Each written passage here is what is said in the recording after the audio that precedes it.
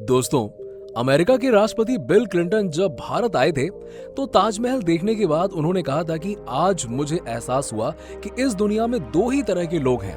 एक वो जिन्होंने ताज देखा है, दूसरे वो जिन्होंने ताज नहीं देखा।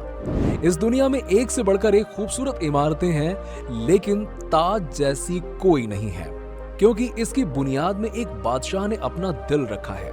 तो दोस्तों, आज के इस वीडियो में आपको हम ताजमहल के बारे में ऐसी बातें बताएंगे जो शायद आपने पहले कभी नहीं सुनी होंगी। चलिए शुरू करते हैं वीडियो।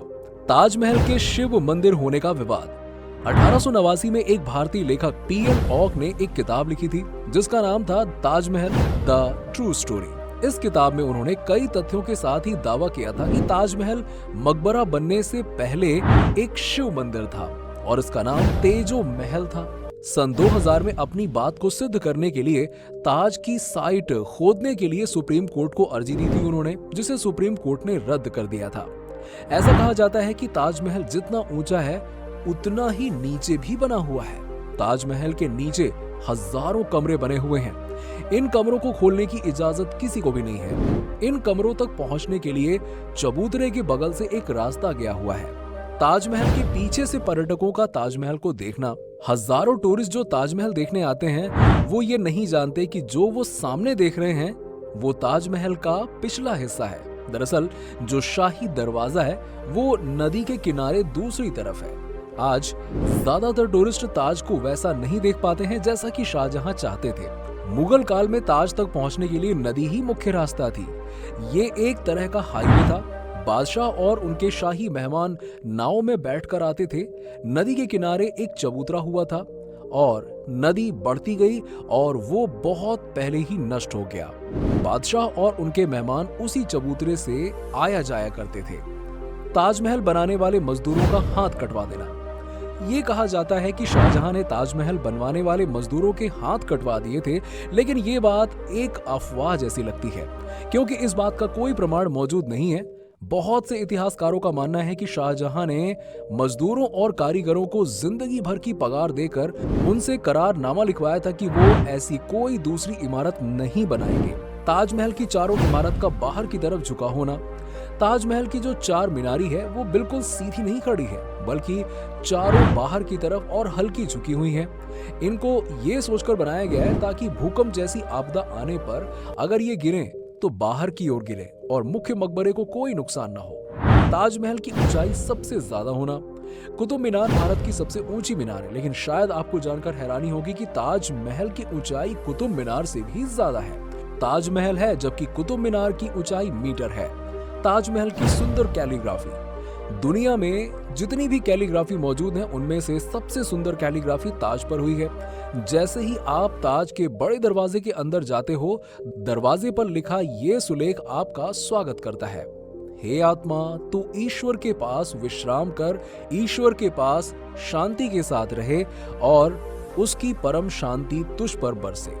ये कैलीग्राफी फ्लूट लिपि में है और इस कैलीग्राफी को डिजाइन करने वाले का नाम अब्दुल हक था, जिसे ईरान से बुलवाया गया था। शाहजहां ने उसकी चकाचौंध कर देने वाली कला को देखते हुए उसे अमानत खान नाम दिया, उपाधि के तौर पर। शाहजहां का बड़ी इमारत बनवाने का शौक। जिस वक्त शाहजहां बादशाह बने हैं वो मुगल सल्तनत का सबसे सुनहरा दौर था, या यूं कहें कि शाहजहां का जमाना मुगल हुकूमत का बसंत जैसा था। चारों तरफ अमन और खुशहाली थी। प्रजा के लिए बादशाह का हुक्म सबसे ऊंचा होता था। शाहजहां की बादशाहत में लड़ाइयां नहीं होती थी, वो जबरदस्त शानो शौकत का दौर था। बादशाह को बड़ी बड़ी इमारतें बनवाने का शौक था। उन्होंने मुगल वास्तुकला के साथ ही भारत के प्राचीन इतिहास को मिला दिया। ताजमहल के निर्माण के लिए विदेशों से सामान मंगवाना। ऐसी इमारत दुनिया ने पहले कभी नहीं देखी थी, जिसके लिए सफेद संगमरमर मकराना राजस्थान से मंगवाया गया था। जैफ क्रिस्टल चाइना से, लाजुली अफगानिस्तान से, टर्कोइज तिब्बत से, जैस्पर पंजाब से और कार्नेलियन अरब से लाया गया था। कुल मिलाकर ऐसी ही 25 किस्म के बेशकीमती रत्नों को सफेद संगमरमर में लगाया गया था और इन सब चीजों को विदेशों से यहाँ लाने के लिए 1000 से भी ज्यादा हाथी इस्तेमाल किए गए थे। ताजमहल की सुंदर बनावट। 1631 में ताजमहल बनना शुरू हुआ था और ये 22 साल बाद 1653 में पूरा हुआ। इसका निर्माण हजारों कारीगर और मजदूरों ने किया था। वास्तुकला का इससे शानदार नमूना दुनिया में दूसरा कोई है ही नहीं। ताजमहल के निर्माण के लिए हर चीज को हीरे की तरह परख कर चुना गया था। ताजमहल की दीवारों पर जो नक्काशी है, इसकी तकनीकी इटली के कारीगरों से सीखी गई थी। उज्बेकिस्तान के बुखारा से संगमरमर को तराशने वाले कारीगर बुलाए गए थे। अरब से संगमरमर पर कैलीग्राफी करने वाले कारीगर बुलाए गए थे और पत्थर को तराशने के लिए बलूचिस्तान के कारीगरों को बुलवाया गया था। आर्कियोलॉजिकल सर्वे ऑफ इंडिया के मुताबिक ताजमहल कभी एक शिव मंदिर था। इस बात के कोई सबूत नहीं है, बल्कि शाहजहां ने ताज को बनवाया था, इसके प्रमाण इतिहास के पन्नों में दर्ज हैं। दोस्तों, आपका क्या मानना है इस बारे में? हमें नीचे कमेंट सेक्शन में कमेंट करके जरूर बताइए। अगर आपको वीडियो पसंद आई हो तो वीडियो को लाइक करें, शेयर करें और हमारे चैनल को सब्सक्राइब कर लें। मिलते हैं आपसे नेक्स्ट वीडियो में, तब तक के लिए नमस्कार।